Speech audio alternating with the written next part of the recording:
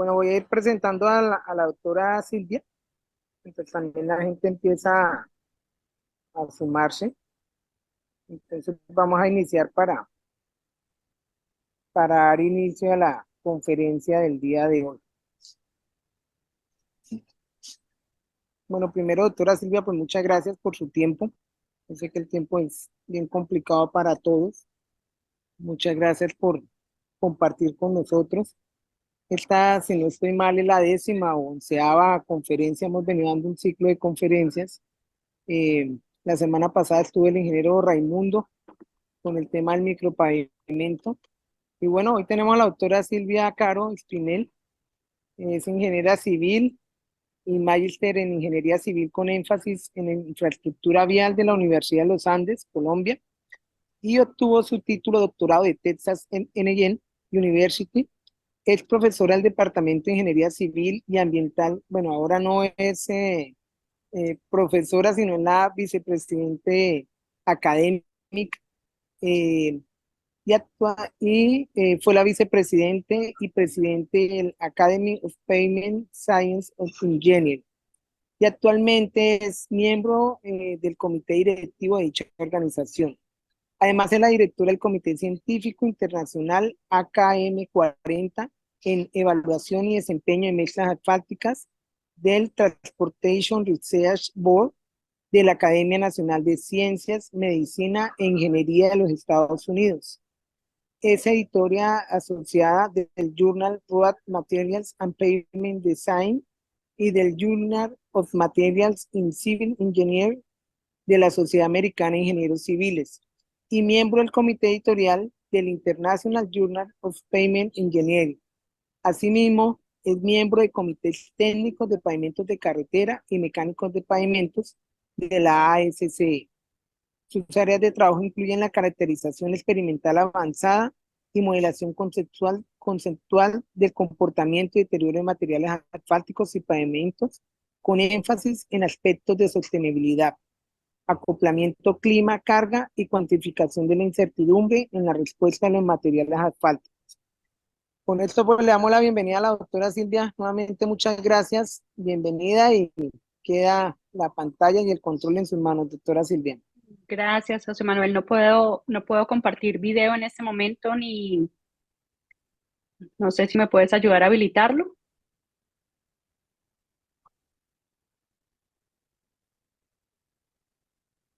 Yo creo que ya podría, Silvia. No, Mira, no, todavía no.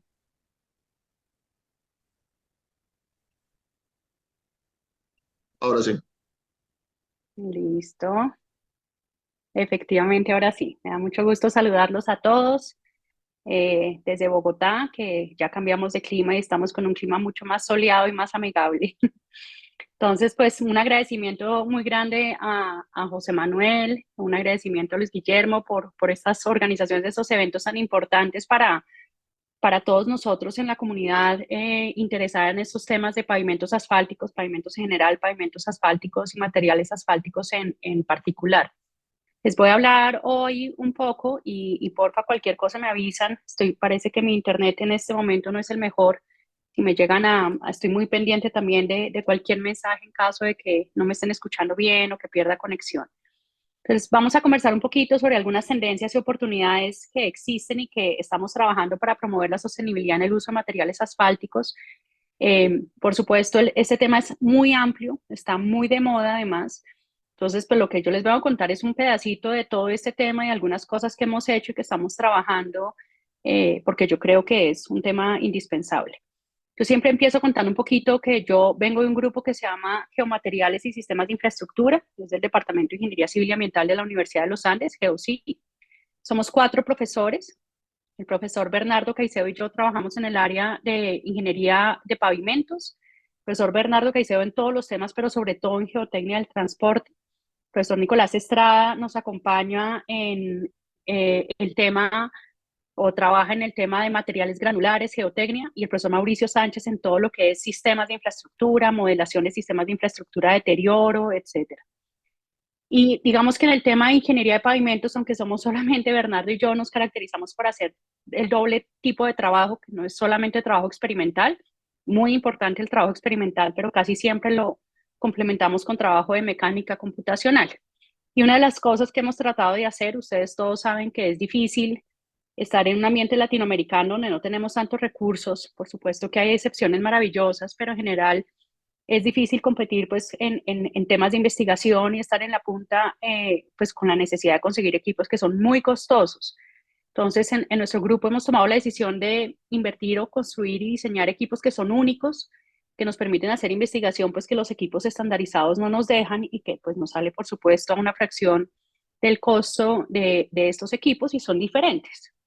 Un ejemplo de esto es este equipo que fue una tesis doctoral para materiales granulares, gruesos de Ya, carreteras, bases y sub... Dime. vos estás presentando algo en este momento. Sí, ¿no lo están viendo? No, solo se ve tu cara y tendencias y oportunidades para promover. A No mí me sé si parece que sí estoy compartiendo pantalla. A mí me parece compartida. hasta Espérate a ver ahorita, si. ahorita sí. Ay, no te puedo creer. Menos mal Sí. me avisaste. Quién sabe, estaba ahí como cargando. Bueno, ese era el grupo que les estaba mostrando y este era el trabajo que les estaba diciendo, que trabajamos en experimentación y mecánica computacional con algunos de estos equipos que son bien especiales. Este era el que les estaba mencionando, que es se llama el hollow cylinder, un cilindro hueco. Todo lo que ustedes ven acá es material granular grueso de bases y subbases y nos permite aplicar carga axial, torsional, etcétera, y ver cómo es el comportamiento mecánico de estos materiales cuando están sometidos a condiciones, digamos, complejas de esfuerzos, de rutas de esfuerzos, que es lo que ocurre realmente en los pavimentos. Pues una pista de pruebas acelerada, estamos teniendo ensayos propios a fatiga de tensión pura, que creemos que es un ensayo un poco más puro. Este equipo que hemos usado mucho, que se llama el Hollow Cylinder Tester for Asphalt Mixtures, es un cilindro hueco de mezcla asfáltica que ponemos aquí adentro, dentro de esta cámara, o esta cámara se ve este lado de acá, de acondicionamiento, y podemos aplicar carga torsional, ¿no? Podemos aplicar carga que nos permite ver sus propiedades, por ejemplo, G asterisco, el módulo dinámico a corte, podemos aplicar carga axial y la podemos aplicar dinámica, estática, en fin. Eso nos permite hacer cualquier trayectoria de esfuerzos y al ser una pared hueca nos permite también aclimatar muy rápidamente estos especímenes a cualquier condición de clima, temperatura, podemos aplicar oxidación, humedad relativa. Entonces nos ha permitido hacer estudios interesantes de la relación clima-comportamiento mecánico de las mezclas. Y bueno, algunos ensayos más estandarizados y, como les decía, algo de mecánica computacional. Bueno, la infraestructura vial creo que no cabe la menor duda y para todos los que están acá conectados que es absolutamente esencial en el desarrollo de nuestras sociedades. Hay muchos estudios que demuestran que, de hecho, el índice de competitividad del Foro Económico Mundial incluye la infraestructura como uno de los 11 pilares y dentro de la infraestructura vial, la cobertura y la calidad de la infraestructura vial de los países como un pilar fundamental. Yo les debo decir, Colombia está en el puesto 57 de todo el ranking de competitividad entre 140 países, pero en infraestructura vial, por ejemplo, estamos en el puesto 98. Estamos muy atrás, no hay correspondencia entre el desarrollo económico y la capacidad, digamos, de nuestra red, y pues hay estudios que demuestran que eso puede empezar a implicar menor desarrollo económico si no logramos tener una red vial suficiente con la cobertura y calidad que se necesita. Entonces, es esencial, lo sabemos, en países como el nuestro, además, y como muchos de los países de la región, donde además la topografía es retadora, más del 85% de la carga total se transporta por carretera.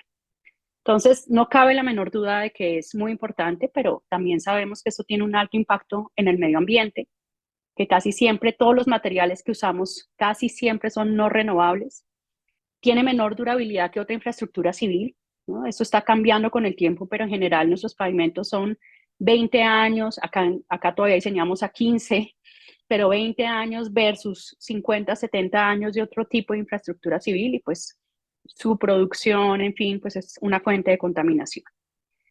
Solo para que tengan un dato, por ejemplo, de acuerdo con este estudio del Programa Ambiental de Naciones Unidas, que es infraestructura para acción climática, pues se afirma que la infraestructura en general de todos los tipos, es la responsable de casi el 80% del total de emisiones de gases invernadero que se producen anualmente en el mundo.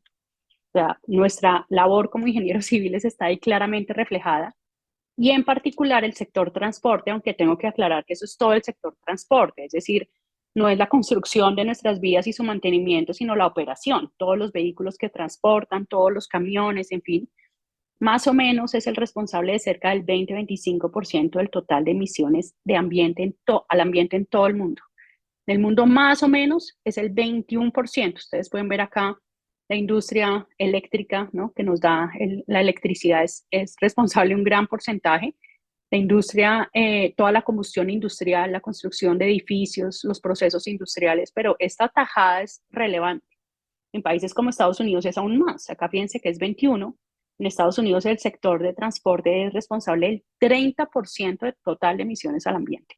Entonces es un tema que nos interesa. La sostenibilidad es algo que yo creo que como ingenieros civiles es algo que tenemos que estar, en este momento tiene que estar en nuestros radares.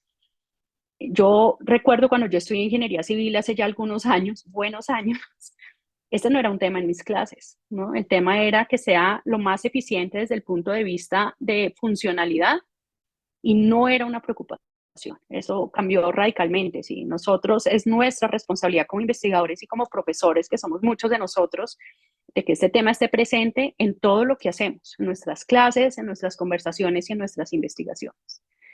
Muy bien, entonces, ¿qué significa la sostenibilidad en ingeniería de pavimentos? Pues hay muchas definiciones. Les voy a leer esta que en el 2014 fue una de las primeras y que hizo la Federal Highway Administration. Dice, un pavimento sostenible es aquel que alcanza los objetivos específicos de ingeniería para los que fue concebido, por supuesto, la labor técnica, pero al mismo tiempo y en una escala más amplia, satisface las necesidades básicas humanas, salud, seguridad, equidad, confort, empleo, un tema como de felicidad o bienestar, usa los recursos humanos, financieros y ambientales de forma eficiente y preserva y restaura los ecosistemas circundantes. La sostenibilidad es sensible y única a cada proyecto y por lo tanto la aproximación no es universal, es única para cada proyecto vial. Entonces, cada proyecto vial es distinto por su ubicación geográfica, por la zona en la que está, por las comunidades alrededor, en fin. Y recuerden también que la sostenibilidad tiene tres grandes aspectos: el aspecto económico, el aspecto social y el aspecto ambiental. Yo me voy a enfocar mucho en esta presentación en el aspecto ambiental, pero ese es solo uno de los tres. No se nos puede olvidar que en realidad cuando uno habla de sostenibilidad habla de esas tres dimensiones. ¿Qué vemos que está pasando en el mundo? Vemos que hay una tendencia interesante de desarrollo de política pública para empezar a reducir el impacto de los proyectos viales. Por ejemplo, requerimientos de estudios de impacto ambiental y medidas de mitigación. La mayoría de países ya, incluso en nuestra zona, en nuestro sector, lo están pidiendo y eso es pues muy importante porque definitivamente es la base para entender el impacto que tenemos y es la base para saber cómo lo podemos mitigar. Consideraciones ambientales en el proceso de asignación, esto es mucho más avanzado y hay pilotos, pero si hay una licitación pública, no solo la asigno en función del valor económico y otros parámetros, pero casi siempre es a menor precio, sino que ahora voy a considerar menor precio y algún tema de impacto ambiental. Entonces, si ese proyecto además me demuestra que tiene un menor impacto ambiental, seguramente va a tener más puntos y hay más probabilidad de que sea asignado ese proyecto a ese constructor. Y algunas políticas de uso. Entonces, hay un ejemplo que les quiero dar que es de la ciudad de Bogotá, con un decreto de hace unos años, por medio del cual se adopta el modelo eficiente y sostenible de la gestión de los residuos de construcción y demolición.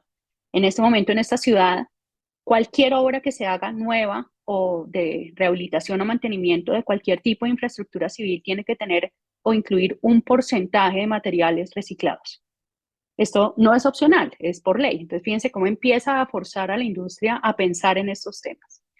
El segundo tema que es muy interesante son las certificaciones de sostenibilidad de proyectos viales. Estas que les muestro acá, Green Roads, Sequel, Envision, Green Lights, Evergreen y Green Pave Certified, son específicas para los proyectos viales. Sin embargo, hay muchas más. Estas adicionales, les vamos a mostrar acá las últimas que tenemos. Estamos justamente en un estudio de todo este tema de certificaciones. Ustedes encuentran las que les acabo de mencionar aquí, pero hay muchas más. Por ejemplo, esta Blue Dot Network y Fast Infra aplican a todo tipo de infraestructura, no solo infraestructura vial, se puede aplicar a otro tipo de infraestructura. Y acá les estamos mostrando en verde lo que cumple cada una de esas en términos de sostenibilidad financiera, sostenibilidad social, ambiental y resiliencia. Este es un tema interesante porque para los ingenieros, y no sé, digamos, el tema no es tan obvio para nosotros de sostenibilidad y resiliencia. Para nosotros la sostenibilidad es un tema y la resiliencia lo atacamos de maneras distintas, ¿no? Necesito que mi infraestructura sea capaz de soportar los nuevos eventos extremos que van a empezar a ocurrir con mayor frecuencia debido a cambio climático y que se recupere la infraestructura fácilmente, por ejemplo. Las certificaciones clásicas no incluyen resiliencia, pero las últimas certificaciones empezamos a ver que empiezan a tener aspectos donde se califica que sea robusto y resistente, que haya redundancia e integración, es decir, que si pasa algo no queda inhabilitada la infraestructura, sino que hay una alternativa, conceptos de flexibilidad y adaptación y conceptos de planificación y gestión de emergencias. Entonces, algunas la están empezando a incluir. Ustedes empiezan a ver que en esta es la que menos hay, pero empieza a haber puntos verdes. Esto realmente es pura tendencia para los inversionistas, ¿no? Quien quiere certificarse es un inversionista, quiere tener un sello de calidad sobre su proyecto. Eso les da mucha credibilidad y posiciona a los inversionistas en particular si son privados. Es interesante verlo, es interesante que uno diga, eso es lo que hay en este momento en el mundo en certificaciones, ¿dónde podríamos estar nosotros? ¿No? Les voy a mostrar ahorita un ejercicio que hicimos con Green Roads, y ustedes se dan cuenta, y hay varias, digamos, que no se están teniendo en cuenta que otras sí tienen, con la diferencia de que algunas de estas son específicas para proyectos de infraestructura, mientras que las otras son un poco más generales. Todos los países, me imagino que esto está ocurriendo masivamente, yo les hablo del caso colombiano porque lo estamos estudiando, pero sé que es así en otros países, pues están empezando a producir documentos, lineamientos, ¿no? Eso es una noticia internacional donde de 2021, donde se anuncia que Colombia lanzó sus primeras guías para el desarrollo de infraestructura verde.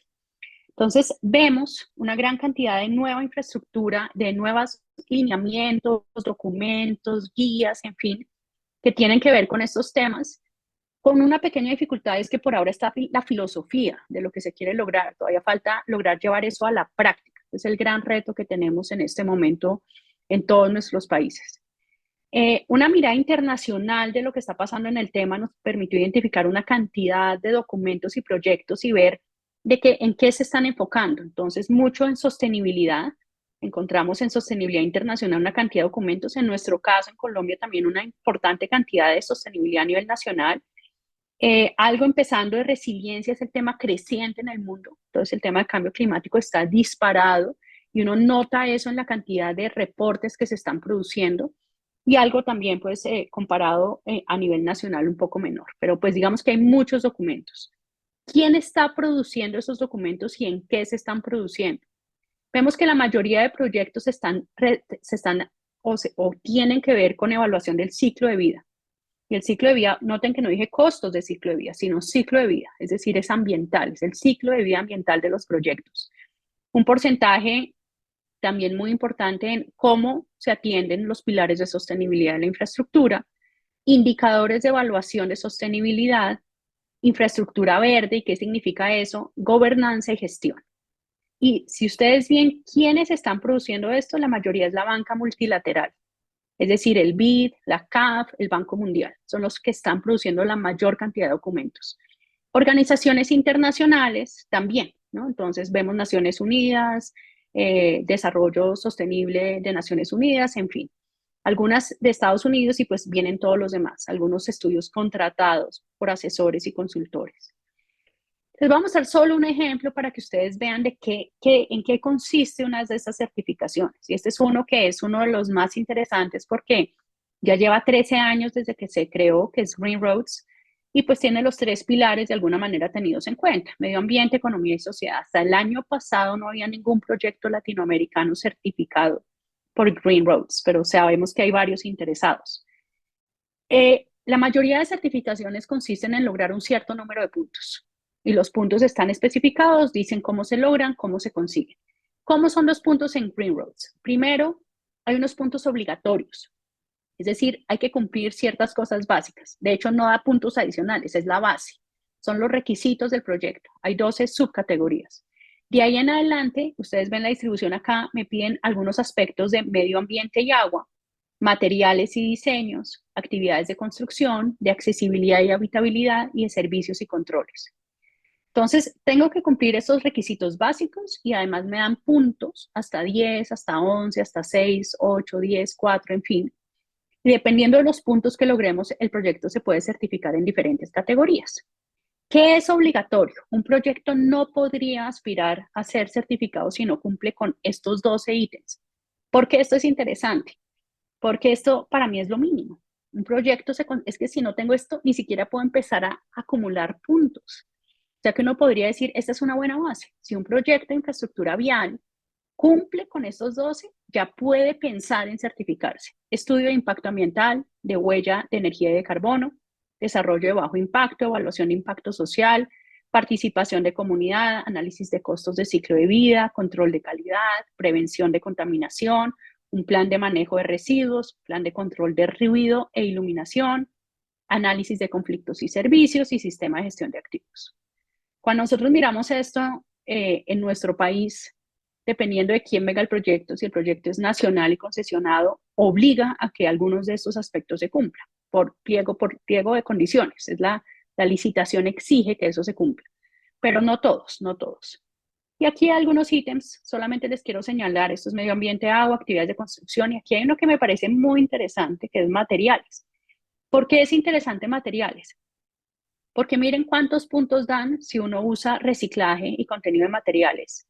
5 puntos, no es menor. Miren que todos estos son del orden de 3 puntos, 3 puntos. De hecho, tiene muchos menos ítems que los demás y aún así tiene 24 puntos. No es para nada menor. Uso de materiales locales, diseño de larga duración, preservación y utilización. Y hay uno muy importante, que es declaraciones de productos sobre temas de salud y declaración ambiental de productos. Y ahí voy a hacer un paréntesis porque esto de los EPDs, que se llama Environmental Product Declaration, es el tema, uno de los temas de moda en este momento en el mundo. ¿En qué consiste esto? Tal cual como cuando ustedes van al supermercado y tienen un producto y ustedes pueden ver la información nutricional y es estandarizada. Entonces ustedes tienen 2 productos y pueden comparar y tomar una decisión informada sobre cuál de los 2 productos comprar. El EPD es exactamente eso para temas ambientales del producto. Entonces, a la salida de una planta de mezcla asfáltica, yo puedo decir, cada metro cúbico de mi mezcla asfáltica produjo esto ambientalmente. Y no es solo CO2. De hecho, se ha demostrado que si uno solo evalúa emisiones de CO2 al ambiente y no tiene en cuenta las demás emisiones, puede tomar decisiones que no son certeras. Entonces, tiene en cuenta todo tipo de emisiones, que es lo que se llama el potencial de calentamiento global, no solo CO2, también emisiones que son perjudiciales para la salud, etcétera. Y está de moda. Empezó hace unos 6, 7 años en Europa, hace unos 3 lo vemos en Estados Unidos, y pues está trabajando muchísimo en eso. Yo tuve la oportunidad de trabajar con un grupo italiano en donde se comparó justamente con esta metodología una mezcla asfáltica, 1 tonelada o metro cúbico de mezcla asfáltica producida por 2 plantas distintas. La misma mezcla asfáltica, la misma. Y el resultado del impacto ambiental era diferente porque la forma en que se usaba la energía en las 2 plantas era distinta.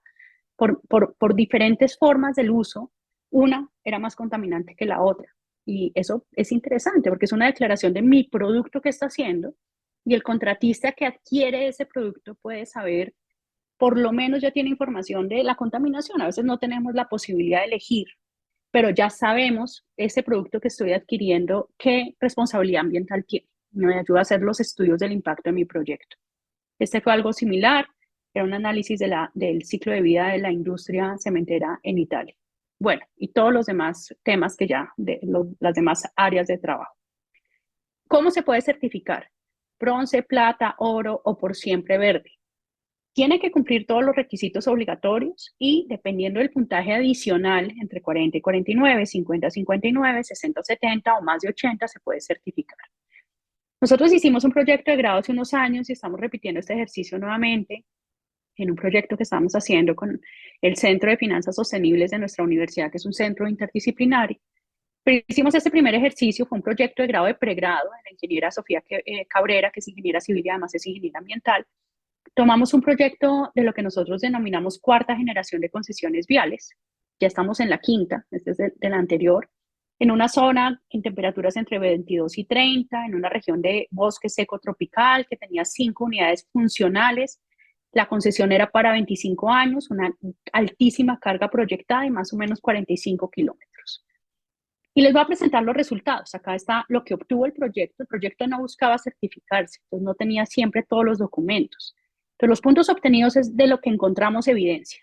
Pero los puntos flexibles son cosas que observamos que el proyecto sí cumplió, pero de lo cual no hay una certificación. Pero cuando hablamos con los técnicos, sí lo cumplieron. Puntos adicionales son adicionales que se podrían lograr con la tecnología que se tiene hoy, con un costo adicional pero moderado. Y de difícil obtención es lo que consideramos que en este momento el país no está preparado y sería muy costoso de conseguir. Y aquí les doy los resultados. El proyecto no se podría certificar porque no cumple 3 de los 12 requisitos mínimos. ¿Qué no cumple? No hay estudio de huella de energía y carbono, no hay estudio de desarrollo de bajo impacto y no había un plan concreto de prevención de contaminación. Todo lo demás sí lo cumple y en parte porque es exigencia contractual. Los pliegos de condiciones de estos proyectos exigen el estudio de impacto ambiental, la evaluación de impacto social, conversar con las comunidades, en fin. Entonces, eso hace que el proyecto no pueda ser certificado, pero no está lejos y el mensaje está acá. Acuérdense que ese es el máximo posible en cada una de las áreas. Medio ambiente, acceso a energía, materiales, servicios, accesibilidad. Acá están los máximos posibles y esto fue lo que obtuvo el proyecto. Este fue un proyecto que hizo cosas adicionales que no eran obligación para cuidar las fuentes hídricas cercanas y por eso obtuvo 16 puntos de 30. Esto es bien interesante porque no está tan lejos, obtuvo 37 puntos.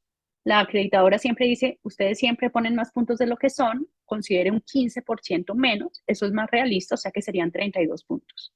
Con 32 puntos no alcanzaría a certificarse si cumpliera los obligatorios, pero si le sumamos los flexibles, que son los que sabemos que sí se hicieron, pero no hay certificado, alcanzaría a certificarse bronce. Y si le sumáramos los adicionales que se podrían lograr con un bajo costo, estaríamos muy cerca de la certificación plata. Entonces, pues es interesante, no estamos tan lejos. Quiero llamar la atención sobre este rojo que está acá, porque es el tema del que vamos a seguir hablando. Y es que en materiales y diseños este proyecto tenía 0 puntos. Cuando miramos realmente algunas otras cosas que había hecho el proyecto, llegaría a tener 3 puntos, pero 3 de 24. Ahí hay una oportunidad gigantesca por hacer cosas interesantes. Y pues yo creo que eso es de lo que quisiera ahorita conversar. Entonces, lograría obtener bronce este proyecto, ¿no? Estuvimos cerca de todos los puntos. Fíjense que en plata, si pusiéramos los flexibles sobre mínimos, estaríamos muy cerca de certificación de plata. Todavía estamos muy lejos de oro y de por siempre verde, pero es un ejercicio interesante que nos muestra un proyecto nuestro en el contexto latinoamericano, particular colombiano, cómo se encuentra. Todo eso para decirles que tenemos gran cantidad de oportunidades en todos los temas, pero muy en particular en materiales. En materiales yo creo que estamos aprendiendo, hay un aprendizaje adquirido de otros países propio nuestro en Latinoamérica y que podemos hacer mucho al respecto. ¿Qué vemos nosotros de tendencias actuales? Pues muchísimo sobre materiales reciclados y en eso estamos trabajando pues muchos de los grupos, la industria, en fin, es un tema de gran interés. Biomateriales. Hay proyectos en este momento en Europa que está diciendo, ok, ¿cuál va a ser el material que va a reemplazar el asfalto en el futuro?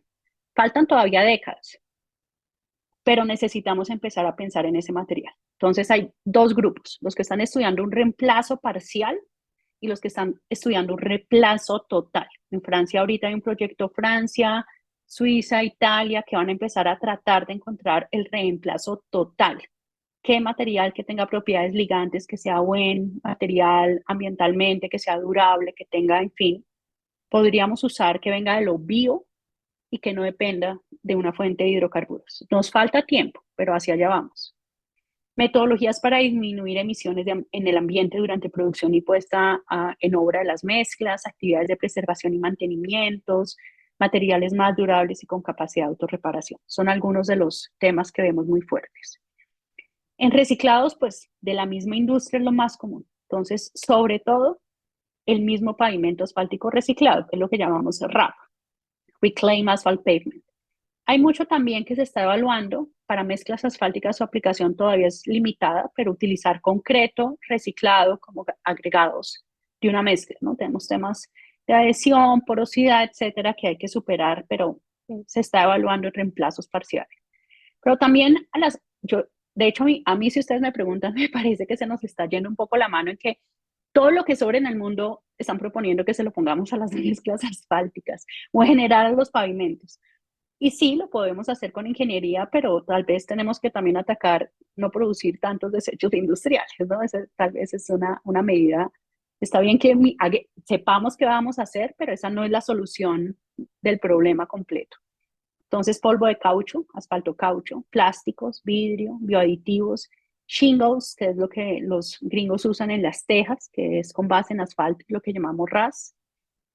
Y por supuesto, el principio básico de empleo de cualquier material reciclado es que el comportamiento, desempeño y durabilidad de mezclas asfálticas que tengan estos materiales reciclados o alternativos tiene que ser por lo menos igual, a veces incluso mejor que mezclas fabricadas con materiales vírgenes. Ese es el principio. Y eso es pura ingeniería. Eso es lo que tenemos que lograr. Y lo hemos logrado. O sea, 40 años de experiencia en estos temas, más 45 de uso de RAP, ya lo demostraron. Eso se puede lograr. ¿Qué quiere decir? Propiedades de rigidez similares, fatiga y otro tipo de agrietamientos, ahuellamiento y durabilidad que sean comparables con los de mezclas nuevas.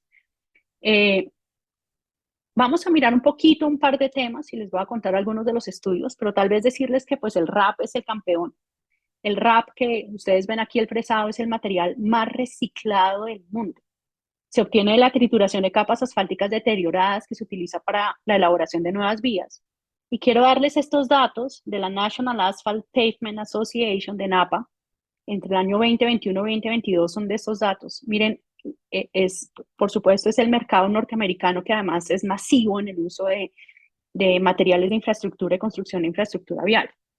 Pero en el año 2021 se emplearon 94.6 millones de toneladas de RAP reciclado en mezclas nuevas.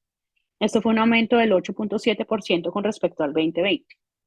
El 95% del total de RAP que se generó que por simplemente retomar o pues reclamar, sería no recuperar de pavimentos viejos, se usó en nuevas vías. Y el uso de RAP combinado con RAS, que es lo que les cuento de las tejas, evitó que se emplearan 26 millones de barriles de cemento asfáltico nuevo. Ese es más o menos 2 millones menos de uso de material de cemento asfáltico que en el 2020. ¿Dónde puedo utilizar el RAP? En todas las capas básicamente de mi pavimento, ¿no? En las capas de base, en la capa de rodadura, en la capa de base si es asfáltica, en nuevas capas asfálticas, en caliente, en frío, in situ, en planta, para nuevas capas granulares. Aquí no todos los países lo permiten, hay especificaciones que limitan el porcentaje o no lo permiten, utilizándolo como si fueran agregados negros, ¿ok? Pero su uso, ¿cuál es el uso recomendado? El uso más común es para fabricación de nuevas mezclas asfálticas. Y es el más común porque es donde se obtiene el mayor provecho. Entonces al RAP se le conoce también como el oro negro. Es un material maravilloso que puede ser reciclado 100% y la manera o el sitio donde podemos usarlo en la mejor proporción, porque son las capas más costosas, son las capas superficiales. Entonces, capas de rodadura, capas intermedias o de base asfálticas. Si lo utilizamos en las capas de abajo, lo podemos usar, pero no le estamos dando el mejor uso posible. Y hay algunas preocupaciones, ¿no? Las capas más comunes de uso no es la carpeta de rodadura, casi siempre van a encontrar que son algunas de las capas de intermedias o de base. El RAP, lo que típicamente hacemos es que lo incluimos en un porcentaje, y esto cambia, pero en el mundo el porcentaje típico va entre 10, 20% hasta 25% en condiciones normales, de reemplazo por peso de una mezcla nueva.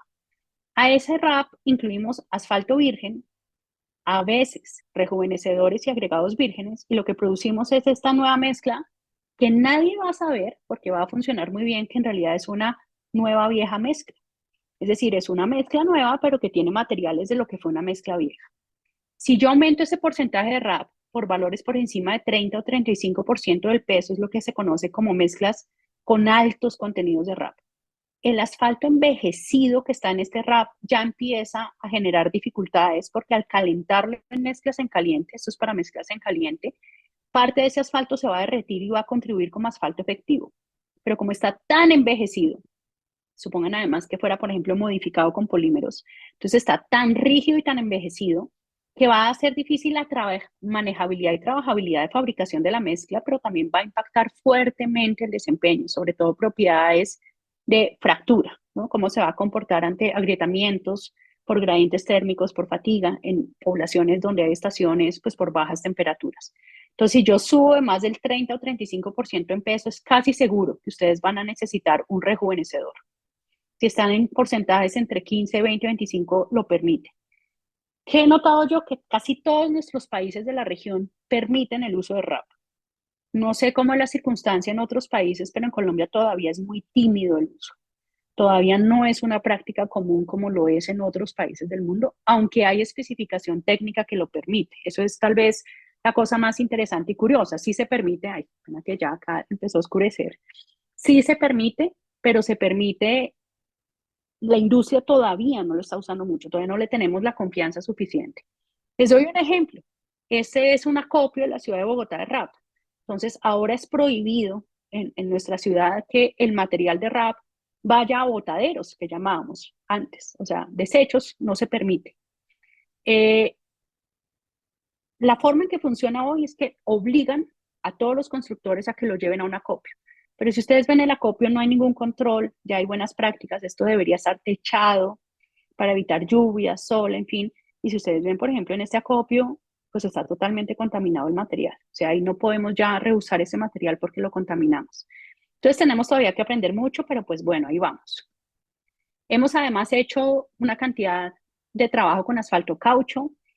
Ahí sí, tal vez Colombia es el país que más está usando asfalto caucho en el mundo. Ya la especificación técnica se hizo, de hecho, en la universidad y para Bogotá, luego se volvió normativa nacional, un estándar nacional desde el año 2002 en la ciudad de Bogotá. Y en el año 2010, 2011 empezamos a ver que la industria empieza a usarlo y hoy se emplea, digamos, de manera regular. El uso de asfalto caucho en este momento se considera, digamos, estándar.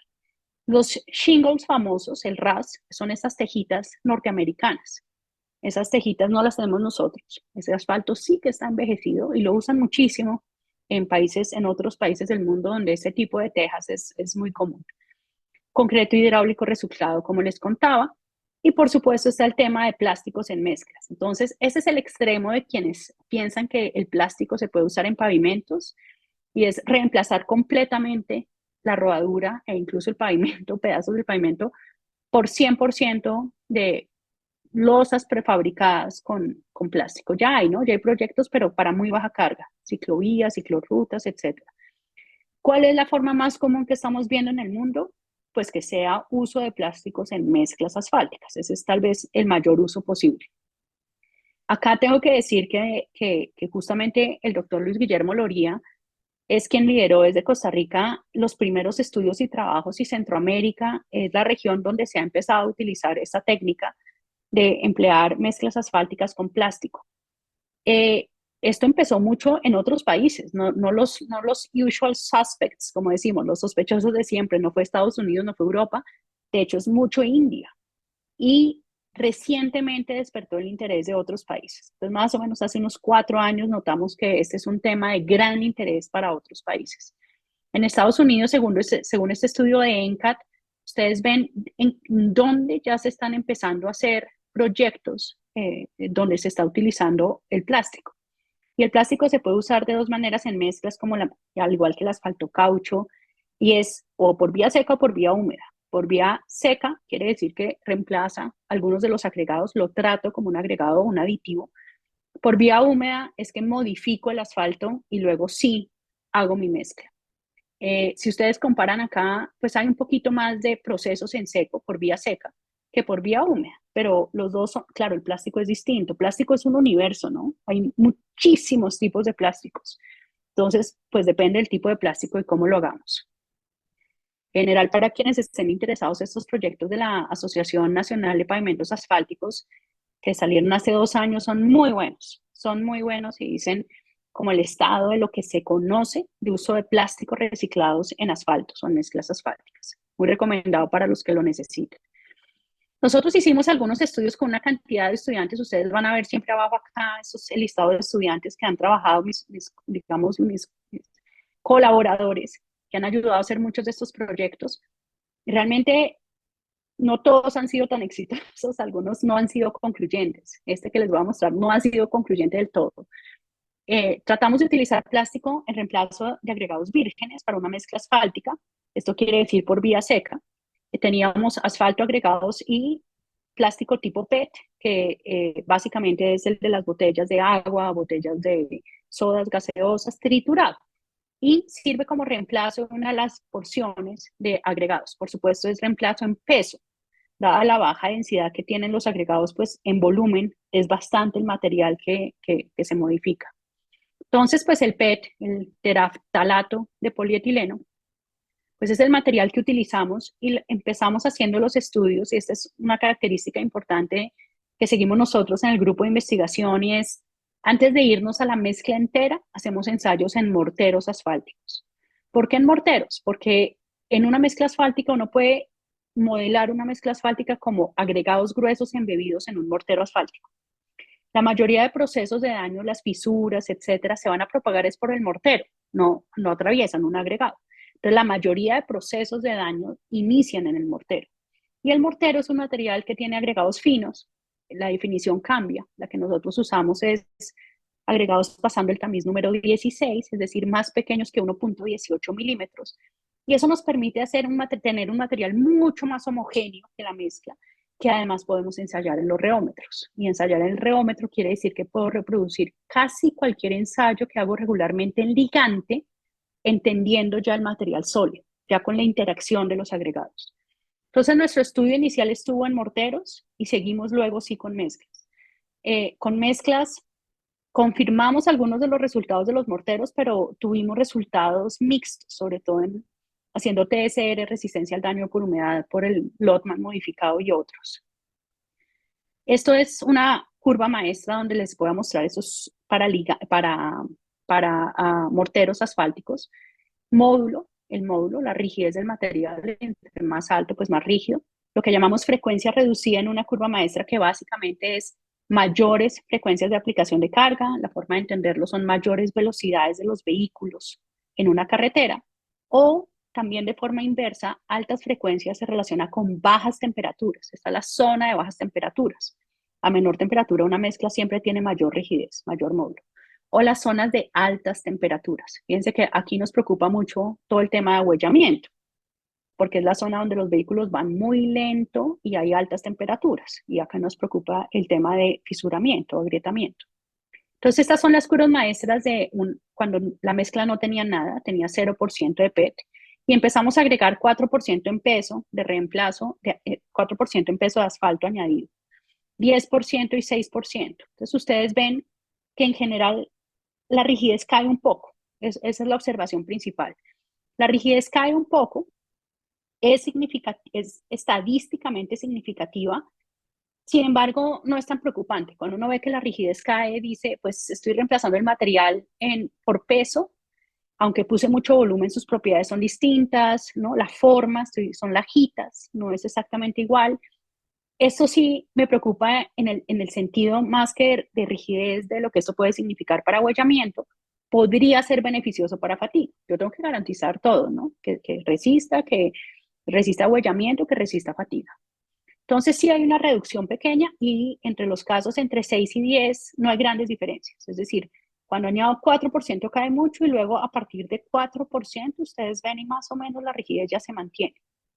Sin embargo, nosotros hacemos un ensayo que es el ensayo MSCR, el Multi-Stress Creep Recovery, que es el de multiesfuerzos de creep, de recuperación de creep. Este es un ensayo para ligante asfáltico. Nosotros lo adaptamos para mortero asfáltico.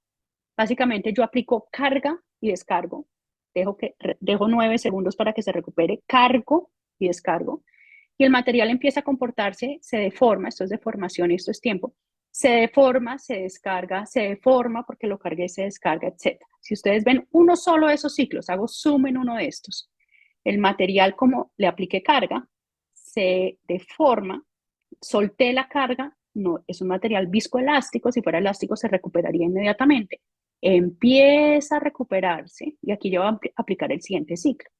Si ustedes ven esta gráfica, esta es la parte que se recuperó del valor inicial. Ese es el porcentaje recuperable, y eso fue lo que no se recuperó.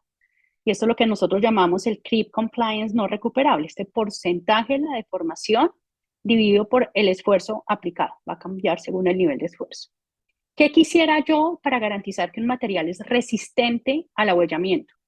Que el porcentaje de recuperación sea lo más alto posible, o de manera similar, que este porcentaje, lo que llamamos creep no recuperable, JNR, sea lo más bajito posible. Eso es lo que quisiéramos. Cuando vemos los resultados, vemos que efectivamente el porcentaje de recuperación y el porcentaje JNR, recuerden, yo quiero altos valores de esto, bajos valores de esto, sí se afectan por la adición o el reemplazo de PET. Sobre todo el JNR, es el que quería que fuera chiquito. Miren cómo a medida que yo aumento el porcentaje de PET, aumenta. En 10% es inaceptable. Ya esa mezcla es probable que ya esté en riesgo el tema de resistencia al abollamiento. En porcentaje de recuperación, pues es efectivamente 10% es lo que menos se recupera. Entre 4 y 6%, ahí más o menos, más o menos. Pero sí vemos que la adición de PET, debido además a esa disminución en la rigidez, pues aumentó su susceptibilidad a la deformación plástica. Hicimos fatiga. Tomamos nuestro espécimen y lo fatigamos aplicándole torsión a una deformación definida.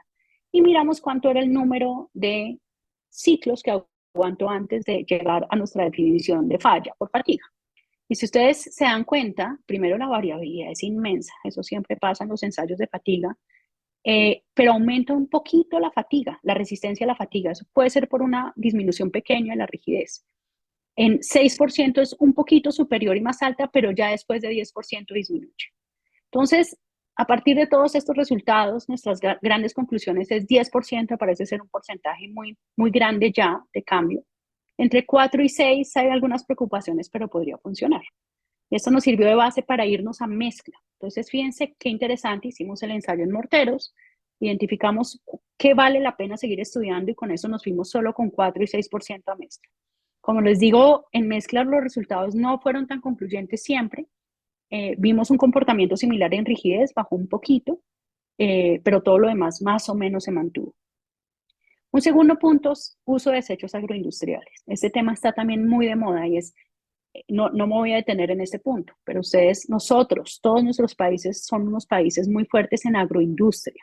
Nosotros somos productores, somos todavía muy agricultores, ¿no? Tenemos suelos fértiles, producimos muchos productos y todos estos desechos, cascarilla de arroz, rastrojo de maíz, bagazo de caña, típicamente se vende como combustible económico, ese es el uso que se le da. Muchos grupos de investigación, sobre todo en ingeniería química, están mirando qué uso se le puede dar a este material. Y con procesos de pirólisis, etcétera, uno podría extraer o producir un material que sea compatible con el asfalto para permitir un reemplazo parcial de asfalto. Eso lo hicimos con un proceso más sencillo que pirólisis, que es autoclavado. Esto era el polvo y al producir, y bueno, con diferentes combinaciones de etilenglicol, etcétera, produjimos un material que era compatible con el asfalto y que mantiene las propiedades del asfalto si hacemos reemplazos hasta el 4 o 5%. Un tema muy interesante, el uso de rejuvenecedores. Entonces, como yo les conté, cuando usamos RAP en muchísimas cantidades, el asfalto envejecidísimo, superoxidado, el RAP empieza a ser un problema en la producción de nuestras nuevas mezclas. ¿Hay manera de recuperar las propiedades de ese asfalto que se envejeció? La respuesta es sí, aunque no se recuperan todas las propiedades, la mayoría de lo que nosotros llamamos rejuvenecedores en realidad son ablandadores, pero algunos sí logran recuperar algunas propiedades, algunas químicas, físicas y mecánicas. Y ese es un tema también que lleva ya varios años y es ¿qué son buenos rejuvenecedores?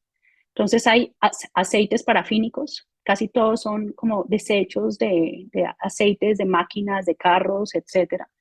Extractos aromáticos, aceites, bueno, diferentes tipos de aceites. Me voy a enfocar, bueno, acá de la industria, lo que llamamos tall oils, de la industria de la madera. Y hay unos muy interesantes que son todo lo que son aceites vegetales. Esos aceites vegetales han demostrado ser interesantes y hay varias marcas. Nosotros somos los primeros productores en nuestro país, Colombia, de aceite de palma y los cuartos del mundo. Eso quiere decir que tenemos mucho aceite de palma. El aceite de palma, la fruta se ve así. Y cuando el aceite de palma lo refinamos, se fracciona y se hace ese proceso, se obtienen diferentes materiales. Entonces acá está el aceite crudo, que es de color naranja, oleínas, estearinas, y al final pues cada uno sigue un proceso distinto y con eso hacemos margarinas hasta el aceite que se usa en cocina. Hemos estado explorando si se puede emplear estos materiales y cuáles de esos derivados como potenciales rejuvenecedores de asfalto. Sobre todo lo hemos trabajado con la doctora Diana Sánchez y pues con un grupo muy nutrido, digamos, de estudiantes de maestría, han sido varias tesis. La respuesta es sí. La respuesta es sí, claro que lo podemos usar. Estuvimos mucho tiempo mirando cómo definir el porcentaje de rejuvenecedor. Si ustedes le ponen mucho rejuvenecedor, pues ablandan demasiado la mezcla, si inmediatamente se les va a huellar. Si ponen muy poco rejuvenecedor, no logran llegar a las propiedades y puede ser un material que se puede agrietar. Entonces, el balance es difícil de encontrar. Miren esto solo como referencia. Nuevamente, esto es rigidez, módulo, y esto nuevamente es frecuencia reducida. Recuerden, vehículos a alta velocidad, a baja velocidad, o bajas temperaturas y altas temperaturas. Este es el asfalto envejecido, y este asfalto es una combinación de asfalto nuevo, virgen, con mucho asfalto oxidado, que es el asfalto que esperamos en RAP. Por lo tanto, tiene mucha rigidez.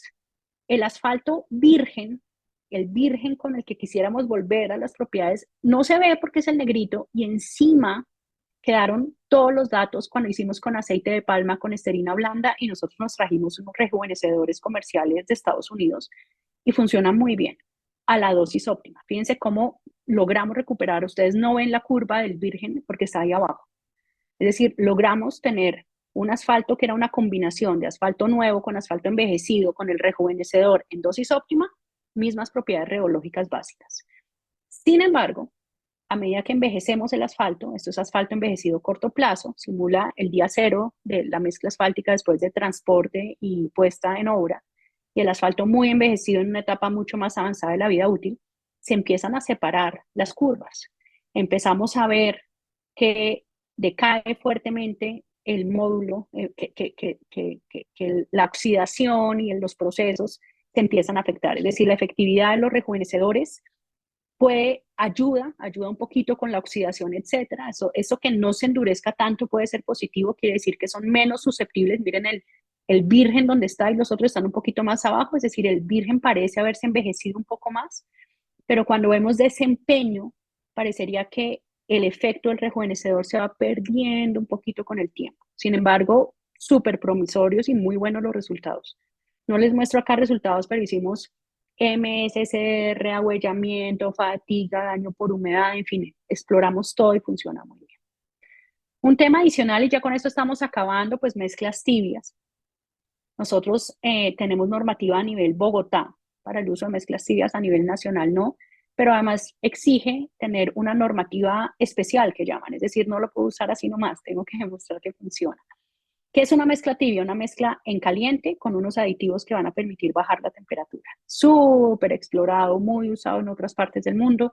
Miren la diferencia de las emisiones al ambiente de una mezcla en caliente contra una mezcla tibia. Esto está 30 grados por debajo de lo que está más o menos entre 25 y 40 grados por debajo de lo que está la mezcla en caliente. Y en obra también es mucho mejor. Miren acá una mezcla, todas las emisiones, vean una mezcla tibia. Mismos comportamientos. Y quería contarles ese tema de autorreparación de mezclas. Pues todos sabemos que nuestros pavimentos se fisuran, nuestras mezclas asfálticas por fatiga mecánica, por fatiga térmica, por oxidación, por temperaturas, pues se agrietan. Y eso implica menor condición de servicio, implica seguridad vial se compromete y aumenta costos. Los tratamientos convencionales son sellar fisuras, hacer parcheos, hacer chip seals o reemplazo de las capas, cualquiera de esas. Esa es la forma típica. Esto, por supuesto, impacta el tráfico, la operación, el uso de materiales vírgenes, el aumento de emisiones y gases por el transporte de esos nuevos materiales. ¿Qué apareció en el mundo desde hace más o menos unos poco menos de 10 años, hace unos 8 años? Que si le ponemos algunas fibras metálicas a la mezcla y logramos desde arriba inducir calor, vamos a lograr cierta temperatura suficiente para que las microfisuras se sellen, aprovechando las propiedades naturales de autorreparación que tiene el asfalto. Más recientemente, radiación por microondas. Estas dos técnicas se llaman asistidas. Yo tengo que ir con un equipo encima del pavimento, todavía todo está en pilotos, ya hay, digamos, prototipos de equipos. Voy encima de los pavimentos induciendo o ondas microondas o calor. Y con esto espero que se sellen un poco las fisuras pequeñas. Las grandes son difíciles, pero las pequeñas. Y un nuevo método mucho más reciente, del 2015, es incluir unas cápsulas que son biopolímeros y que tienen un aceite por dentro en el momento de preparar la mezcla, con la expectativa de que estas cápsulas liberen el aceite que tienen o el agente rejuvenecedor que tienen, reparador, y ayuden a cerrar las grietas cambiando las propiedades del asfalto que está alrededor de ellos. Ese es el que nos interesa. Hemos estado trabajando fuertemente con Angélica Viana, con José Norambuena de BioBio, con José Luis Concha, que acaba de terminar su doctorado en la Universidad de BioBio en Chile. Entonces hemos hecho varias cosas. Primero, modelación numérica. Acá están las cápsulas y nosotros hemos hecho ensayos dinámicos virtuales. Porque la primera pregunta es, oiga, las cápsulas mismas, ¿será que impactan las propiedades básicas? Que no me vaya a afectar módulo, ahuellamiento, etcétera. La segunda pregunta, que es mucho más importante, creo yo, es, ¿y funciona? ¿Autorrepara? ¿Si están logrando reparar las propiedades? ¿Se activan? Y pues en eso hemos venido trabajando bastante. La producción de las cápsulas la están haciendo en la Universidad de BioBio, encontrando los procesos exactos. Estas son una cápsula que se llaman polinucleares. Tienen muchas cavidades como un panel de abeja. Y entonces, si la espicho un poquito, no la tengo que romper. Si la espicho un poquito, libera aceite. Y se ven así, son chiquiticas. Y hemos trabajado por ahora en nivel morteros nuevamente. Hacemos nuestros morteros con las cápsulas y hacemos todas las propiedades. ¿Qué hemos visto por ahora? Que módulo dinámico no se afecta. Lo vimos en nuestros modelos numéricos y lo comprobamos. Esto es sin cápsulas y esto es con cápsulas. Estadísticamente, todos los análisis estadísticos nos dieron cuenta de que no hay diferencias. Si hubiera diferencias sería preocupante, ¿no? Nos preocupa, por ejemplo, cuántas cápsulas se dañan durante la compactación. Y si ese aceite liberado durante compactación va a cambiar las propiedades de la mezcla para hacerlo más susceptible al ahuellamiento. Algo similar hicimos no lo puse acá porque además ya se nos acabó el tiempo, pero ya hemos hecho fatiga y ya estamos midiendo autorreparación. Hacemos un ensayo de fatiga, fatigamos el material y creamos microfisuras, paramos y esperamos cierto tiempo en ciertas temperaturas y retomamos el ensayo y miramos cuánto se recupera versus a las que no tuvieron cápsulas. Por ahora vemos que el efecto es muy bueno a temperaturas intermedias. Cuando la temperatura es muy alta, el efecto natural del asfalto ya es tan bueno que se recupera por el asfalto mismo, no por las cápsulas, y las cápsulas no las hemos visto tan efectivas. Trabajando muchísimo también en temas de antioxidantes, cómo hacemos que nuestros asfaltos no se envejezcan tan rápido por oxidación para que duren más. Estamos trabajando en lignina, nosotros hemos hecho muchos estudios con lignina organosol, pero en este momento estamos participando en un consorcio internacional de 16 universidades de todo el mundo. Asia, tal vez África no está representado, pero Australia, Nueva Zelanda, Europa, Asia, Norteamérica, Latinoamérica, con varios productos, cada uno con sus asfaltos, y estamos viendo qué productos realmente funcionan como antioxidantes. La lignina en ese caso es lignina Kraft, que es la lignina que se obtiene para hacer papel, un desecho del papel. La lignina es este polímero natural maravilloso porque tiene propiedades adhesivas, pero muy complejo químicamente. No hay dos ligninas iguales, etc. Los resultados son maravillosos, es un antioxidante de verdad. Los resultados para nuestro asfalto, porque el consorcio está mostrando que depende mucho de la fuente natural de asfalto, ¿no? Que los asfaltos asiáticos se comportan distinto, entonces es mixto el resultado, pero a nosotros nos ha mostrado unos resultados maravillosos. Y para terminar, unas mezclas que tal vez todos conocen, que es lo que llamamos mezclas drenantes. Estas mezclas que tienen granulometría abierta, ustedes ven, son muy delgaditas, agregados gruesos, casi nada de finos para que tengan 20% de poros, sobre un pavimento convencional. Acá hemos tenido errores de ingenieros que han reemplazado la carpeta de rodadura por una capa drenante. La mezcla drenante se pone encima, superficie encima de la rodadura, no reemplaza la rodadura, que entre otras tiene baja durabilidad, estamos trabajando en eso. Pero fíjense, no, se ve como una capa normal, es supremamente permeable, pues tiene 20-25% de poros. Este es un video tomado por la doctora Diana Sánchez, pues el agua inmediatamente se absorbe, De tal manera que si ustedes tienen una mezcla drenante, esta es la experiencia versus esta. ¿Y por qué se considera una práctica sostenible? Porque hay un control ambiental muy importante en disminución de ruido. Entonces, la contaminación de ruido disminuye un porcentaje importante de decibeles y esto es pues, muy importante si ustedes tienen poblaciones viviendo cerca a la vía. Tiene problemas enormes, ¿no? Tiene problemas de durabilidad, rubbling, pérdida de agregados superficiales. La durabilidad es mucho menor que una mezcla convencional. Y funcionalidad, si la mezcla se colmata, si se llenan los poros y ya no es permeable, pues se pierden todas sus propiedades. De eso hemos trabajado mucho en equipo con varios amigos y colegas de otras universidades, en particular con Texas A&M Transportation Institute. Hemos hecho 2 proyectos para el Departamento de Transporte de Florida. Hemos trabajado con Nebraska, hemos trabajado con nuestra Universidad WIS acá en Colombia, con Alto University, y hemos explorado todo a nivel numérico y a nivel experimental. Tal vez el último es que los asfaltos altamente modificados ya están en la normativa del estado de Texas porque efectivamente aumentan la durabilidad de estas mezclas sustancialmente y compensan el costo inicial. Pero pues de eso hay todavía muchísimo por trabajar. Y yo siempre termino agradeciendo pues a todos los estudiantes. Está desactualizada, no tengo la foto de 2022 y la de 2023 será la próxima semana que tenemos una reunión de todos los estudiantes.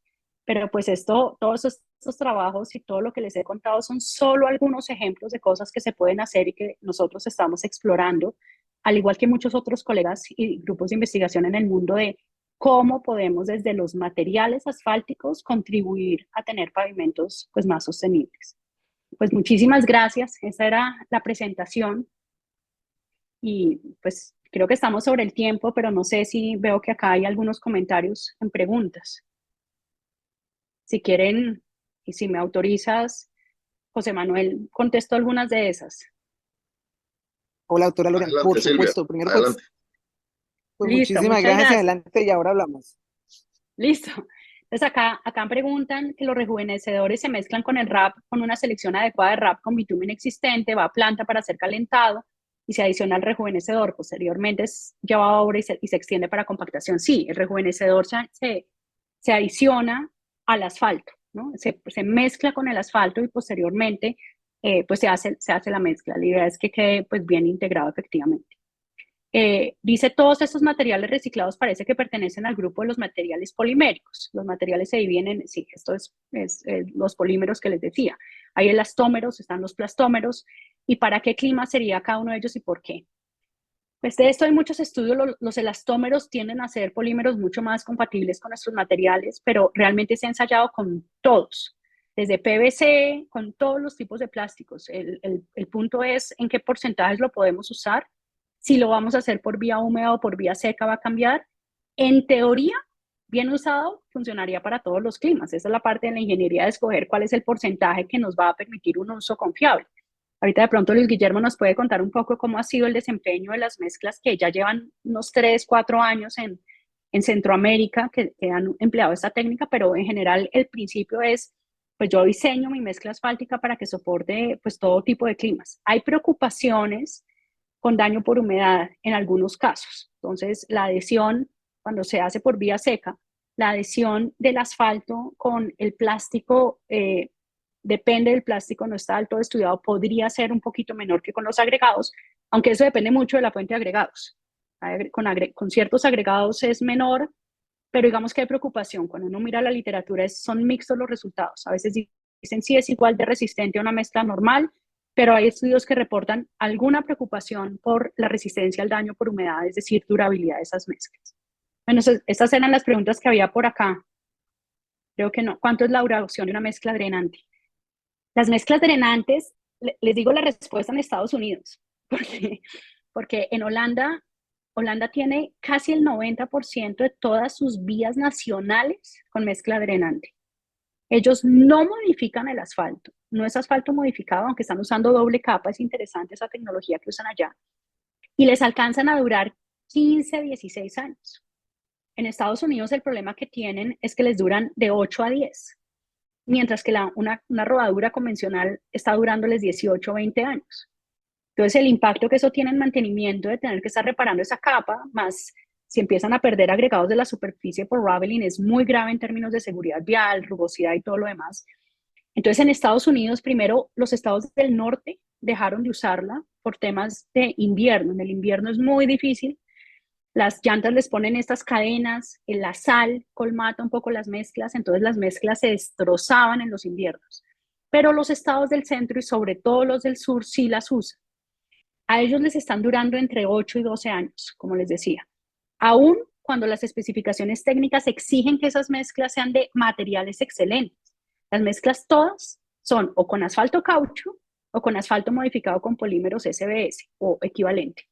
Y aún así les duran solo 12 años, porque es que es muy agresivo. Solo se usan en vías de alto volumen, altas velocidades, porque si los vehículos van en bajas velocidades o frenan, es muy fácil, como es contacto agregado a agregado, que se pierda ese contacto. Como les cuento, pues Florida acaba de permitir y autorizó el uso de asfaltos altamente modificados con asfalto. Entonces estamos hablando de modificaciones de hasta el 7%, cuando lo normal es entre 2 y 3%, de polímeros casi siempre SBS. Entonces, pues es corto. Yo, comparado con nuestras mezclas, no duran tanto. Pero ese es el estándar. La preocupación de ellos es que están entre 8 y 12 años con un promedio de 10 años y ellos están interesados en que les duren más porque una mezcla convencional dura de 18 a 20 años para el diseño que ellos tienen. Acá siguieron apareciendo, si quieren respondo algunos más. Para mezclas tibias, para bajar la temperatura se utiliza aditivos silánicos. Pues hay diferentes tipos de aditivos. El asfalto espumado, que es lograr aplicar agua, digamos, en el instante en que sale para generar espumado, se considera una técnica de mezclas tibia. Pero pues hay diferentes productos, hay desde ceras, ¿no? Hay diferentes tipos de materiales, casi todos ya son industriales, Watermix, Evotherm, que todos tienen pues diferentes químicas y diferentes materiales y permiten, parafínicos también mucho, como bajar ese nivel. Ahí la preocupación es, está bien que baje la viscosidad para poder bajar la temperatura, pero no puedo comprometer, ¿no? No es solamente un tema de trabajabilidad, necesito no afectar la mezcla en el largo plazo, esa es la dificultad. Sobre la granulometría de RAP en mezclas asfálticas, existen muchísimas metodologías, pero la mayoría de las metodologías es reemplazar hasta 3 tamaños de tamices, y pues hay, digamos, muchos manuales. Pero típicamente se reemplazan 3 tamaños de tamices convencionales en las proporciones en que se necesita, respetando el diseño de la mezcla. No, ojo que de esto hay mucho. Por ejemplo, in situ yo puedo ir triturando y adiciono ahí mismo emulsión asfáltica y hago una nueva mezcla en frío in situ. Esa es una posibilidad. 100% de material reciclado con la granulometría un poco uniforme con la que queda el material. Pero estamos pensando en esta mezcla que hacemos en planta, en caliente, bien diseñada. Entonces se reemplazan ciertos tamaños, un poco fino, más bien tamaños un poco gruesos intermedios, en las proporciones en que se necesita para completar la granulometría que cumple especificación técnica. El desempeño es excelente, el desempeño es exactamente igual al que de una mezcla convencional. ¿Requiere modificaciones de las plantas? Sí, dependiendo del tipo de planta, si la planta es de bacheo continua, requiere algún tipo de modificación menor en la planta para poder adicionar el RAP. Pero pues sí, tenemos 45 años de experiencia de esto en el mundo y funciona. De hecho, ya hay muchos pavimentos que tienen segunda o tercera generación de RAP. ¿Qué quiere decir eso? Se fresó una vía, hice una nueva mezcla asfáltica, la puse en la vía, esa vía cumplió su vida útil, fresé eso, si se dan cuenta ya ahí hay RAP, lo usé para una nueva mezcla asfáltica y esto sabemos que ya hay unas que van en tercera generación de RAP. Cada vez exige un poquito más de ingeniería, ¿no? Caracterizar cómo es ese RAP y el asfalto del RAP para saber cómo lo mejoramos, pero por supuesto que se puede. En un asfalto modificado, ¿cómo se puede hacer para que sea estable el almacenamiento, aditivo? El azufre no me funcionó. Esa es una pregunta bien específica. De hecho, yo creo que el doctor José Manuel nos ayuda a responderla mejor. Claro, con los modificados el tema, sí, en general con aditivos, pero sobre todo con modificados, el tema de almacenamiento y estabilidad, pues hay que saberlo manejar y eso depende muchísimo también de la producción y el tipo de modificador, pero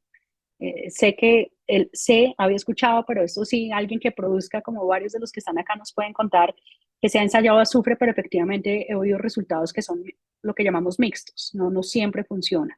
Pero esa se la dejo a José Manuel, que con seguridad sabe. ¿Y qué ha contribuido a que los países, qué ha construido en los Países Bajos para que las mezclas drenantes duren hasta 18 años? Qué gran secreto. Nosotros hemos tenido entrevistas con las personas que trabajan en ese tema. Ellos las hacen un poquito más gruesas, creemos que eso ayuda, es que son bien delgaditas, estamos hablando de 3 4 centímetros, y de hecho tienen ahora doble capa, ¿no? Son 2 capas de mezclas drenantes con un poquito diferente granulometría.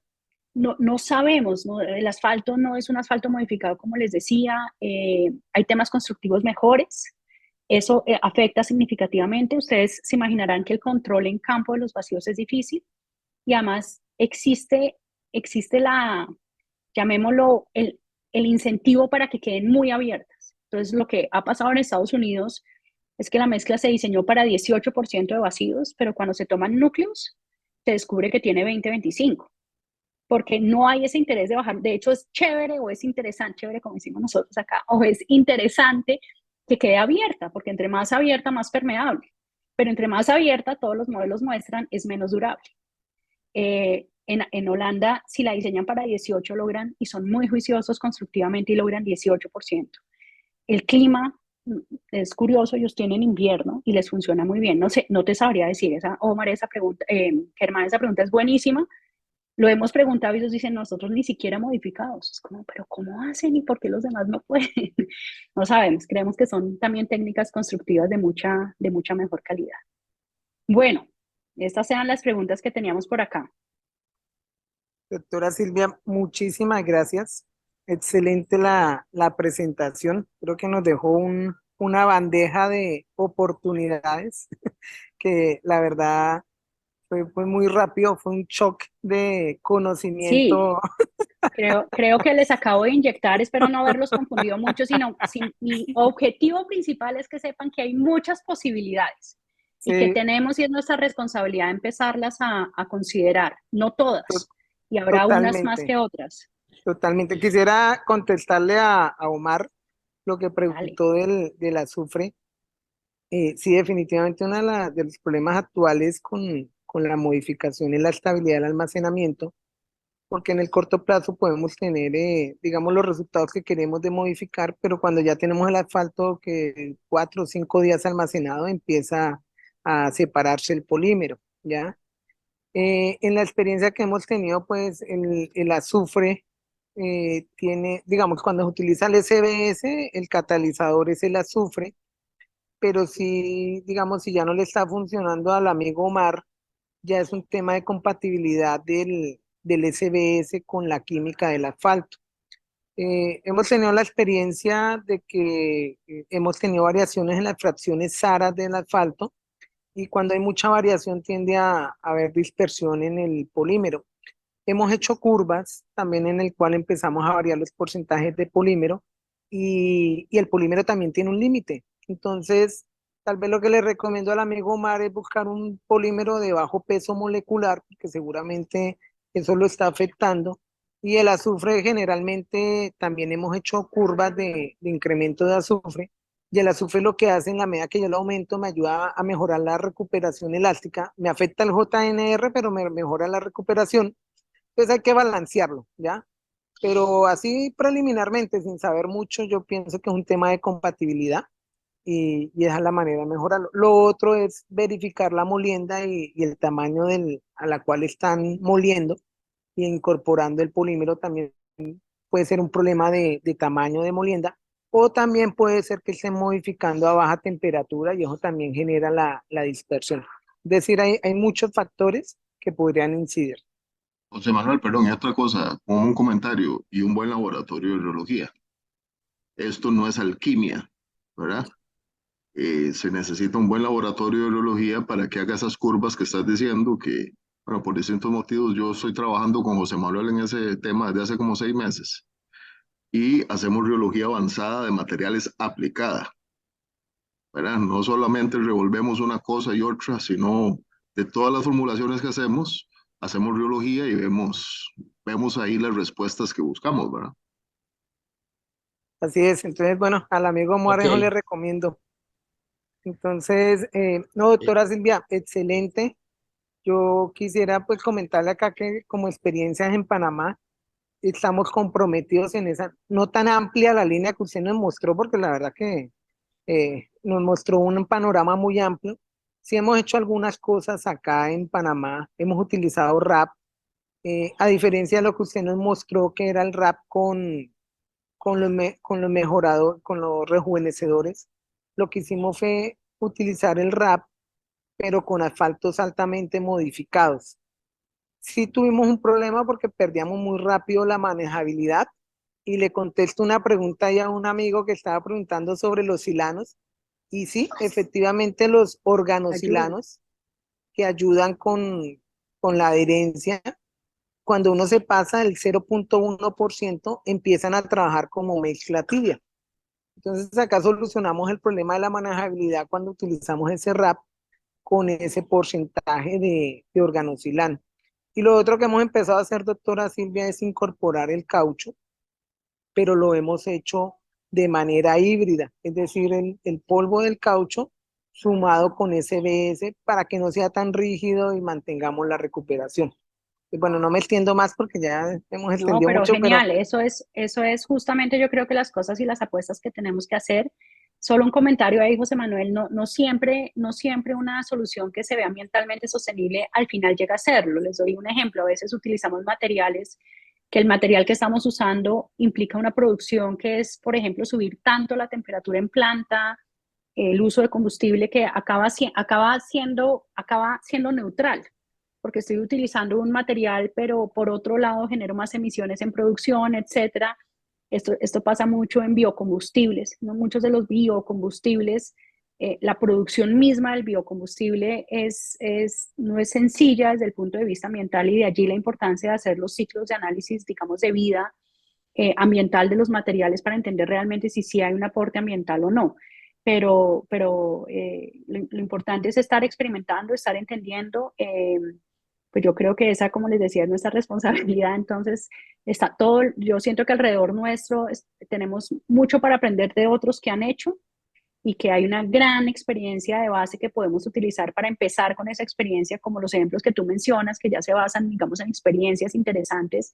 Es decir, no empezar de cero, sino empezar de lo que los otros han construido y empezar a motivar nosotros la industria, ¿no? La normativa que permita el uso. Acá tenemos un tema fuerte de normativa y es que si no está en normativa, se piden estudios especializados que a veces desaniman a los constructores o productores, en fin, como que hay que hacer el ambiente propicio para que se quiera empezar a emplear estas técnicas y pues esa es la invitación. Permítame, Silvia, saludarla. Ay, ingeniero Jorge, ¿cómo me le va? Bien, pero yo quería, dentro de este ámbito que nos ha puesto desde lo intencional que hay de las experiencias, quiero comentarle algo que está pasando en Panamá también. Yo estoy participando en dos estudios y como usted decía, la banca multilateral, que es la que está cofinanciando, tiene alguna reglamentación que está exigiendo, por ejemplo, a nivel de la consultoría, la promoción de utilizar eh, diseños incluso que promuevan el cambio climático, que estén contra el cambio climático e igualmente eh, especificaciones que comiencen a controlar la huella de carbono. Yo participo en dos diseños ahora, Greenfield, en los cuales la banca nos está exigiendo a nosotros eh, ese tipo de consideraciones y la verdad que me siento como cuando contigo hace, no sé, 20 y pico de años nos sentábamos en la universidad a jugar con los estabilizados y todas esas cosas. Me siento ahora aprendiendo, porque nos ha tocado aprender a los ingenieros civiles de esto, de lo ambiental, porque definitivamente, como cuando pasó con el asfalto, que sin entender la química era imposible, pues a los ingenieros civiles participar de esto, yo creo que hoy a los civiles nos toca involucrarnos en este cambio porque la banca multilateral está apostándole fuertemente a este tipo de industria y a este tipo de cambio. Y eso que mostraste de que el ciclo de vida se están haciendo términos de referencia aquí para un proyecto de estos que te digo, donde se va a dar puntaje al contratista en la construcción o en la propuesta de suya de construcción cuando presente mm, mejoramientos en la contaminación, o sea, huella de carbono, cuando presente manejo de ciclo climático, aparte de lo que se diseñe, presente alternativas. Y creo que va a ser el primer proyecto en Panamá que va a salir así. Genial. Y tenemos que prepararnos, como estamos preparándonos en todo lo demás de lo que son la estructura del pavimento, pero también viene esto y probablemente será un proyecto donde ya no saldrá mezcla asfáltica en caliente, sino mezcla asfáltica tibia, inevitablemente, como ya propuesta, y en eso estamos. Y la verdad que anima a seguir en esto, y yo creo que muchos países estarán como quizá Colombia también lo adelanta, pero a nivel centroamericano se está dando ese paso. Y es interesante. Definitivamente, ingeniero Jorge, definitivamente. Bueno, eso es lo que quería compartirles. Sí, no, muy importante, fíjense nuevamente, la banca multilateral es la que más está promoviendo todos estos temas y en nuestros países, en particular el BID para nuestros países. Nosotros acá el proyecto que les conté, estamos con los grandes jugadores de la infraestructura vial colombiana, es decir, son los que están haciendo las inversiones, que son básicamente los dueños de todas las concesiones. Y ellos, por ejemplo, tienen una preocupación y es, ellos se consideran buenos ciudadanos corporativos. Un buen ciudadano corporativo es el que está tomando medidas precisamente para disminuir el impacto, pero eso lo está haciendo contra rentabilidad. Y la pregunta que ellos dicen es ¿cuándo me van a empezar a reconocer eso? Para que además la competencia, yo no tengo por qué hacerlo, lo hago porque soy responsable, pero no estoy viendo ningún beneficio. Entonces ese cambio de política pública como el que menciona, que es, me empiezan a dar puntos adicionales, tengo algún tipo de beneficio por ser un buen ciudadano corporativo, o en general, que eso se traduce en ser buenos ingenieros, eso tiene que estar, o mejor dicho, la política pública tiene que estar alineada con las especificaciones técnicas, tiene que estar alineada con la industria que esté dispuesta, digamos, a incluir todo esto, a experimentar y aprender para que funcione bien. Aquí el clamor es ese, el clamor es yo sí hago, los grandes jugadores, como les digo, yo sí hago, pero a rentabilidad. ¿Dónde me van a empezar a reconocer a mí que yo estoy haciendo estos esfuerzos? Fíjense que en lo que usted nos comenta ya está, y es que sí se va a empezar a reconocer con puntos para ser considerados a licitación pública. Muy, muy interesante, muy buena esa experiencia. Bueno, creo que agradecerles a todos que un viernes a esta hora todavía están conectados acá. No, ha sido un gusto escuchar tu presentación, Silvia. Muchísimas gracias por colaborar. Eh, una presentación, como siempre, de extraordinario nivel. Si Dios lo permite, la semana entrante vamos a seguir con estos eventos de capacitación en el tema de asfaltos. Y bueno, Silvia, muchísimas gracias. Un gusto tenerte por acá y muchas gracias a todos los que A participaron. ustedes, En algún momento tuvimos muchas a más de 100 gracias. conectados. Sí, genial. Y muchas gracias a ustedes por la iniciativa, por la organización y a todos los asistentes, porque asistir a esto es una muestra del interés que tenemos por nuestra área, por la ingeniería de pavimentos y ingeniería de pavimentos finalmente, y todo lo que hacemos es justamente para tener pues mejores sociedades. Ese es nuestro objetivo final. Entonces, pues gracias a los organizadores, felicitaciones por esta iniciativa y gracias a todos los asistentes que están animados y que están con este conocimiento y esta curiosidad para aprender de tantos temas. Y nos conectaremos a los siguientes. Muchas gracias a todos. Buenas noches y buen fin de semana. Sí, Silvia, Doctora gracias. Silvia, Buenas noches. buenas noches, doctora Silvia. Que estén muy Chao. bien todos. Hasta luego. Chao, Silvia. Chao.